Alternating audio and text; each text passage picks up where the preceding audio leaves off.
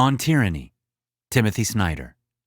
History has given us many tyrannical governments, Nazi Germany in the 1930s, and the communist regimes in Eastern Europe, to name a few. Author Timothy Snyder says these examples offer lessons in how to resist tyranny in the future which, now more than ever, are important insights to have.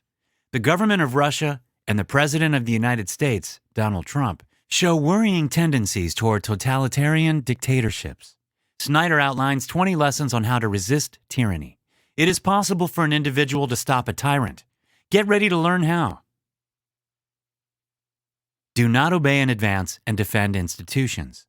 One feature setting totalitarian regimes apart from the rest is that they often get obedience in advance to seizing power. Take the anticipatory obedience of Austrians in March 1938 as an example. While local Austrian Nazis seized Jews and forced them to scrub the streets of Austria, other Austrians looked on. This paved the way for the ensuing mass killings of Jews carried out by the Nazi government. We often believe that our institutions can automatically defend themselves. However, Snyder reminds us that even though a government may come to power through institutions, that does not mean institutions cannot be destroyed by that very same government. So choose an institution, such as a newspaper, a law, or a labor union, and be on its side. Beware the one-party state and paramilitary forces. A democratic state depends on a multi-party system. Democracies in the past have collapsed because of one party seizing power. And while you may believe that there are checks and balances in place today to prevent this from happening, it may not always be true. The American government under Donald Trump has the less popular party controlling every federal level of power, as well as the majority of state houses. You can prevent totalitarian regimes by using your power to vote at every level, and by defending the rules of democratic elections. You could even run for office yourself. As well as supporting a multi-party system, be wary of paramilitary forces. These are violent organizations that are privately funded and not under the control of the state. Governments sometimes try to monopolize violence, and in the U.S., the use of violence is already highly privatized. Mercenaries are used in warfare, and corporations are paid to run prisons, for example. To add to that, Snyder says the president who insists on having his own private security force uses it to clear political rallies of opposing forces and to encourage mob violence. Remember professional ethics and take responsibility. Your profession may have an ethical framework that is impossible for you to uphold as an individual. As the author writes, if members of professions think of themselves as groups within common interests, with norms and rules that oblige them at all times, then they can gain confidence and indeed a certain kind of power. Had doctors in Nazi Germany kept to their moral code, for example, they could have prevented the grisly medical experiments carried out in the concentration camps. Take responsibility for the world around you, and do not become a bystander. What seems to be harmless symbols today can become the reality of tomorrow. In Nazi Germany, people looked on while shops were labeled either Aryan or Jewish.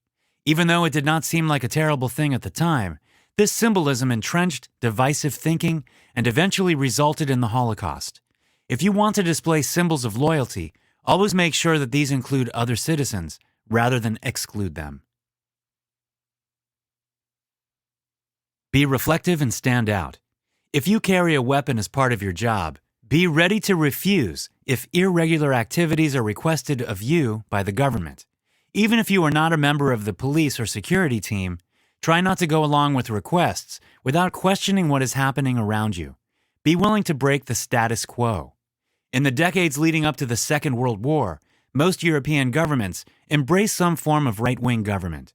In May 1940, when Winston Churchill became Prime Minister, Great Britain stood alone. Churchill, however, was willing to fight back, and his willingness to stand up for what he believed in eventually led to the fall of Nazi Germany. Once one stands up, others will follow.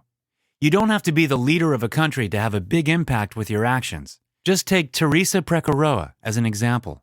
She lived in Warsaw under Nazi rule, and while everyone around her simply looked on while their Jewish friends slowly slipped out of their lives and were deported to the Warsaw Ghetto, Teresa decided to do something. She started bringing food and medicine to the Jews in the Warsaw Ghetto at a great risk to herself. In 1942, she even helped one family escape and saved their lives. Be kind to our language and believe in truth. Totalitarian leaders always use language to establish their power. Snyder says there are uncanny similarities in the way Hitler used language with how Trump speaks today. Hitler said the people, but always only meant some people, while excluding others. Donald Trump does the same. Hitler used encounters to describe struggles, while the president uses winning. Under Hitler, trying to understand the world in a different way was called defamation of the leader, and it is now called libel under Trump. It is important to consider the effects of your own language, even if it is to express the same ideas. Especially in the world of television news and the internet, it can be easy to fall into a communal trance and to blindly repeat what every Facebook news feed suggests to you. Try and separate yourself from the internet and read books. They allow you to delve into other people's minds and to develop a varied perspective. They strengthen your mental armory. Believe in truth, the author writes. You submit to tyranny when you renounce the difference between what you want to hear and what is actually the case. Without a basic truth, there is no basis upon which to challenge power. Investigate and establish a private life. How do you know what the truth is? To establish the facts around you, you need to investigate. Read long articles. Rely on print media as well as other news sources. Understand that some things on the internet are there to harm you. Tyrants will try to cut you off from the facts. Consider how Trump regularly dismisses the media as fake news, which is exactly what Hitler did in Nazi Germany. Statements not to his liking were lies. While in the 1970s, it was still believed that lies could never take hold against reality. The world today shows us that this is worryingly easy. The two-dimensional world of the internet can easily spread lies. When people stop interacting with a three-dimensional world, it is easy to fall for misinformation. That is why it is so important to also read print media, says Snyder. After all, you would pay for a reputable mechanic or plumber, so why not also for your news? Moreover, rely on multiple news outlets rather than just one or two for a broader perspective. The internet is also dangerous for another reason. Your data can easily be stolen. Totalitarianism erases the boundaries between public and private lives. Tyrants will use this for their own aims, so protect your data and privacy. Think about what you are sharing on Facebook, for example. Regularly check your devices for malware as well. Make eye contact and practice corporeal politics. Make eye contact with other people on the street. Smile at them.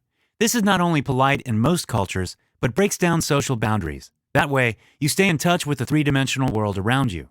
Tyrants want you to stay at home on your sofa and mindlessly watch TV. Snyder urges us to get up and stop being lazy. Challenge yourself to go outside and to be in unfamiliar surroundings with new people. Tyrants need to feel the consequences for their actions in the three-dimensional world. So go to protests. The Solidarity labor movement in Poland in 1980 and 1981 is an example of a successful resistance in the form of protests, when both workers and professionals united to form a free labor union. Because the movement was so strong, it could not be ignored by the reigning Communist Party. Eventually, the movement led to the downfall of communism in Poland, and eventually in the Soviet Union. Contribute to good causes and learn from peers. As an individual, you have a tremendous amount of power to uphold the democratic state. You can do so by giving money to charities that support your worldview and which, by their very presence, prevent totalitarian governments from forming. You can create a civil society through your donations. Moreover, make and maintain friends. In the run-up to the presidential election of 2016, most U.S. observers did not believe that Trump stood a chance. Eastern Europeans, however, especially Ukrainians, took a different stance. They were very aware of the threats of cyberware and fake news, as these had been the very weapons Vladimir Putin used in an attempt to take power in 2013. Listen for dangerous words and stay calm. Fascist governments use a particular tactic to gain power. They describe the present moment as exceptional and then use this state of exception to create a permanent state of emergency. Always be careful when you are asked to surrender freedom in the name of safety. Sometimes, freedom and safety are sacrificed at the same time, for example when voting for a fascist. At other times, you can gain both freedom and safety by your choice, for example when leaving an abusive relationship. A government should always aim to increase both freedom and security. That is why you need to remain calm in the face of terrorist attacks. Totalitarian regimes exploit these events to consolidate power. The Reichstag fire of 1933 was used by the Nazis to start their authoritarian regime by introducing emergency politics. Putin's rise to power was surprisingly similar. As the author writes, one moment of shock enables eternity of submission. Be a patriot and be courageous. What does it mean to be a patriot? It means serving your own country. President Donald Trump is not a patriot, but a nationalist, says Snyder. He encourages people to be their worst while telling them it is their best. A patriot does the opposite. She is her best self, concerned with the real world and living up to the ideals of the country. Use this power to set a good example for the future generations of Americans. Try and be as brave as you can.